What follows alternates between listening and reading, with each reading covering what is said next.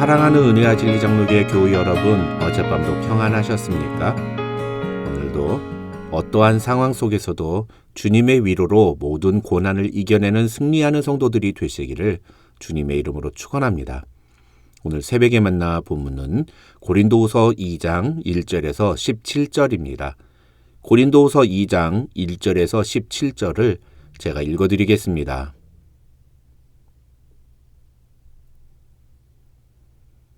내가 다시는 너희에게 근심 중에 나아가지 아니하기로 스스로 결심하였노니 내가 너희를 근심하게 한다면 내가 근심하게 한 자밖에 나를 기쁘게 할 자가 누구냐? 내가 이같이 쓴 것은 내가 갈 때에 마땅히 나를 기쁘게 할 자로부터 도리어 근심을 얻을까 염려함이요. 또 너희 모두에 대한 나의 기쁨이 너희 모두의 기쁨인 줄 확신함이로라. 내가 마음에 큰 눌림과 걱정이 있어 많은 눈물로 너희에게 썼노니 이는 너희로 근심하게 하려 한 것이 아니요 오직 내가 너희를 향하여 넘치는 사랑이 있음을 너희로 알게 하려 함이라. 근심하게 한 자가 있었을지라도 나를 근심하게 한 것이 아니요 어느 정도 너희 모두를 근심하게 한 것이니 어느 정도라 함은 내가 너무 지나치게 말하지 아니하려 함이라. 이러한 사람은 많은 사람에게서 벌 받는 것이 마땅하도다. 그런즉 너희는 차라리 그를 용서하고 위로할 것이니 그가 너무 많은 근심에 잠길까 두려워하노라. 그러므로 너희를 권하노니 사랑을 그들에게 나타내라. 너희가 범사에 순종하는지 그 증거를 알고자 하여 내가 이것을 너희에게 썼노라. 너희가 무슨 일에든지 누구를 용서하면 나도 그리하고 내가 만일 용서한 일이 있으면 용서한 그것은 너희를 위하여 그리스도 앞에서 한 것이니 이는 우리로 사단에게 속지 않게 하려 함이라. 우리는 그 계책을 알지 못하는 바가 아니로라. 내가 그리스도의 복음을 위하여 드로아의 이름에 주 안에서 문이 내게 열렸으되 내가 내 형제 디도를 만나지 못하므로 내 심령이 편하지 못하여 그들을 작별하고 마게도냐로 갔노라. 항상 우리를 그리스도 안에서 이기게 하시고 우리로 말미암아 각처에서 그리스도를 아는 냄새를 나타내시는 하나님께 감사하노라.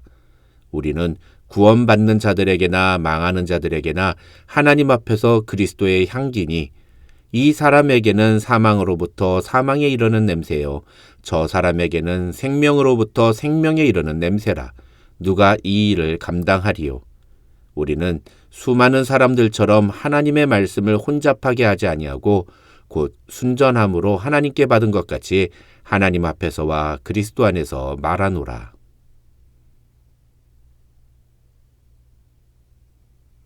오늘 본문인 고린도후서 2장을 학자들은 크게 두 부분으로 구분합니다. 먼저 학자들은 1절로 11절은 1장 12절로 24절과 연결된 내용이라고 설명합니다. 다시 말하면 이 2장 1절로 11절은 바울이 고린도 교회로 가기로 했던 계획을 변경했던 것에 대한 변명과 그와 관련된 몇 가지 내용들을 언급한 내용이라고 할 수 있습니다.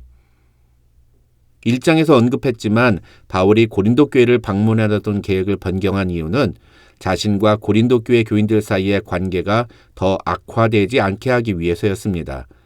만일 그것을 무시하고 바울이 고린도로 갔었다면 아마도 그 일로 인해 믿음에서 멀어진 사람도 나왔을 것이라고 바울은 1장 24절에서 말했습니다. 그래서 2장 1절에서도 바울은 내가 다시는 너희에게 근심 중에 나아가지 아니하기로 스스로 결심하였느니 라는 말로 시작합니다. 고린도후서를 쓰기 전에 바울은 고린도 교회를 2번 방문했습니다. 첫 번째 방문은 2차 전도여행 때 처음 고린도에 가서 고린도 교회를 개척한 것이고 두 번째 방문은 바울이 고린도 후서를 쓰기 전입니다. 그런데 이 두 번째 방문이 문제였습니다. 학자들은 그 두 번째 방문에서 바울이 고린도 교회 교인들과의 관계에서 매우 가슴 아픈 일을 겪었다고 주장하면서 그것이 바로 이 고린도 후서에서 바울이 이야기하려는 자신의 사도성 변화와 연관이 있다고 설명합니다. 다시 말하면 고린도 교회에서 벌어진 영적 도덕적 문제들도 매우 심각한 것이지만 그보다 바울이 더 마음 아팠던 것은 그런 고린도 교회 교인들의 모습을 책망하고 바르게 잡아주려는 바울에 대하여 고린도 교회 교인들이 보여준 반응이었다는 것입니다. 여러 번 말씀드렸습니다만 고린도 교회 교인들은 바울의 사도성을 부정할 뿐만 아니라 그가 전했던 모든 복음의 메시지까지도 부정했습니다. 그런 고린도 교회 교인들의 모습을 보면서 바울은 자신이 인정받지 못하는 것보다도 자신이 전한 복음이 거부되는 것을 더 심각하게 여겼습니다. 그래서 그 두 번째 방문 이후 바울은 고린도 후서를 쓰기 전에 이런 내용에 대한 염려의 마음을 담은 편지를 하나 더 고린도 교회에 보냅니다.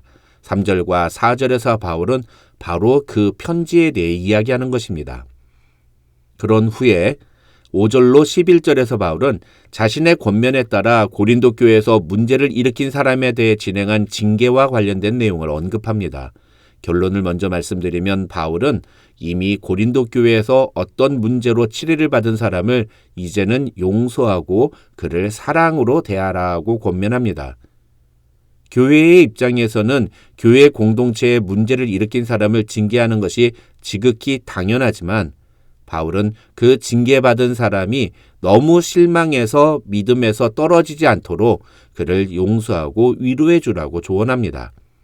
그러면서 앞서 3절과 4절에서 썼던 편지에서 그 사람에 대해 치리를 진행하려고 썼던 것은 고린도 교회 교인들이 하나님의 말씀에 순종하는지를 알아보기 위해서였다고 9절에서 말합니다.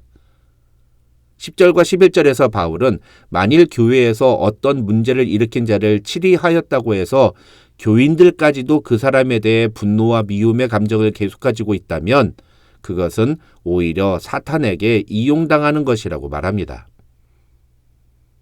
오늘 본문의 두 번째 부분은 12절부터 시작됩니다. 사실 학자들은 이 2장 12절부터 7장 16절까지를 하나의 묶음으로 봅니다.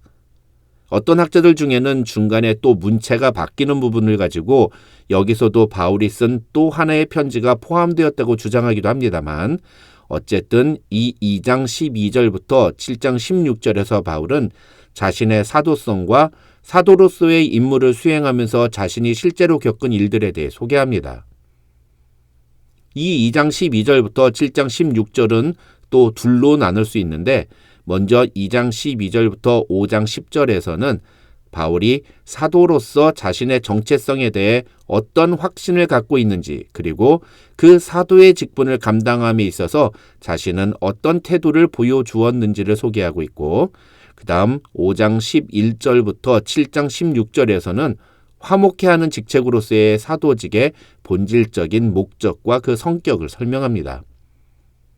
그런 의미에서 자신의 사도성을 변호하는 첫 번째 단락인 2장 12절부터 17절의 내용은 마게도냐 전도 여행 중에 경험했던 일에 대한 회상과 그 일들을 통해 자신이 깨달은 사도직의 임무 그리고 사람들에게 그 사도가 어떤 존재인지를 소개하는 것입니다. 결론만 간단하게 말씀을 드리면 바울은 사도의 직무를 어디서나 그리스도를 나타내는 그리스도의 향기라고 표현합니다. 먼저 12절과 13절에서 바울은 3차 전도 여행의 주 무대였던 에베소에서의 사역을 마치고 바울이 고린도로 가는 길에 드로아를 거쳐 마게도냐에 도착한 내용을 이야기합니다. 바울은 드로아에서 두 가지를 하고 싶었습니다. 하나는 복음을 전하는 것이었고 다른 하나는 디도를 만나서 고린도 교회에 대한 소식을 듣는 것이었습니다. 학자들은 바울이 고린도후서 바로 전에 보낸 2장 3절과 4절의 그 편지를 디도를 통해서 보내면서 디도에게 드로아에서 만나자고 약속을 했다고 설명합니다. 그런데 무슨 이유인지 바울은 디도를 만나지 못했고 그로 인해 바울은 마음이 초조하고 불안했으며 결국은 드로아에서의 사역을 중단하고 마게도냐로 이동하게 됩니다. 그런데 이런 초조하고 불안한 마음과 달리 14절부터 바울은 갑자기 자신의 사도직에 대한 감격과 확신을 표현하기 시작합니다. 어제 말씀드린 대로 학자들 중에는 이런 갑작스러운 문체의 변화로 인해 고린도후서가 여러 개의 편지가 편집된 것이라고 주장하기도 합니다. 실제로 이런 어투의 변화는 어떻게 설명할 방법이 없습니다. 어떤 학자는 바울이 이렇게 갑자기 분위기가 확 바뀌는 이유는 드로아에서 만나지 못한 디도를 마게도냐에서 만났고 디도로부터 고린도 교회 교인들이 자신의 잘못을 뉘우치고 회개했다는 소식을 들었다면서 7장 9절로 16절에 나오는 내용이 바로 그런 내용이라고 설명하기도 합니다. 어쨌든 바울은 14절로 17절에서 자신을 사도로 부르신 그리스도와 하나님께 두 가지를 감사합니다. 첫째는 자신을 항상 그리스도 안에서 이기게 하시는 것입니다. 여기서 항상 이기게 하시고라는 표현은 이제까지 자신이 사도직을 감당하면서 항상 복음의 놀라운 열매들과 그 결과를 확인할 수 있게 해주셨다는 뜻입니다. 다시 말해서 예수 그리스도께서 자신을 부르시고 이방인의 사도로 세우신 후부터 자신이 가는 곳마다 사도로서의 사역의 열매가 풍성하게 맺혔는데 그 모든 것이 그리스도 안에서 예수 그리스도께서 함께 하심으로 가능한 일이었다는 것입니다. 우리가 어떤 사역을 하든 그 사역이 열매로 이어지게 하는 것은 주님의 은혜입니다. 내가 아무리 노력하고 내가 아무리 탁월해도 내 힘과 내 능력으로 열매를 맺게 할 수 없습니다. 고린도전서 3장 6절로 7절에서 바울은 나는 심었고 아볼로는 물을 주었으되 오직 하나님께서 자라나게 하셨나니 그런즉 심는 이나 물 주는 이는 아무것도 아니로되 오직 자라나게 하시는 이는 하나님뿐이니라고 말합니다. 그 다음 둘째로 바울이 하나님께 감사하는 이유는 자신을 통해 그리스도를 아는 냄새를 나타내시기 때문이라는 것입니다. 이것은 앞서 언급한 항상 이기게 하시고라는 표현과 연관이 있는 표현인데 당시 로마 군대가 승리의 행진을 할 때는 거리에 향을 피워서 온 도시에 향기로운 냄새가 풍기게 하는 것이 관례였다고 합니다. 그래서 바울이 항상 우리를 이기게 하시고 우리로 말미암아 냄새를 나타내시는 하나님께 감사한다고 말했을 때 당시의 사람들은 이 글이 무엇을 표현한 것인지를 자동적으로 떠올렸을 것이라고 학자들은 설명합니다. 결론적으로 이 그리스도의 냄새를 나타내신다는 표현은 자신이 가는 곳마다 그리스도를 알게 되어 사람들이 구원받는 일들이 계속 일어나게 되었음을 표현한 것입니다. 바울은 이것을 그리스도의 향기라고 표현하고 있는 것입니다. 저와 여러분도 어디를 가든지 그리스도의 향기가 되시기를 주님의 이름으로 축원합니다.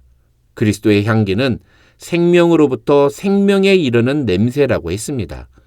저와 여러분이 하는 말과 행동도 그런 생명에 이르는 향기와 같은 말과 행동이 되기를, 그래서 오늘 하루 그리스도 안에서 이기게 하시는 하나님의 은혜를 경험하는 하루가 되시기를 주님의 이름으로 축원합니다.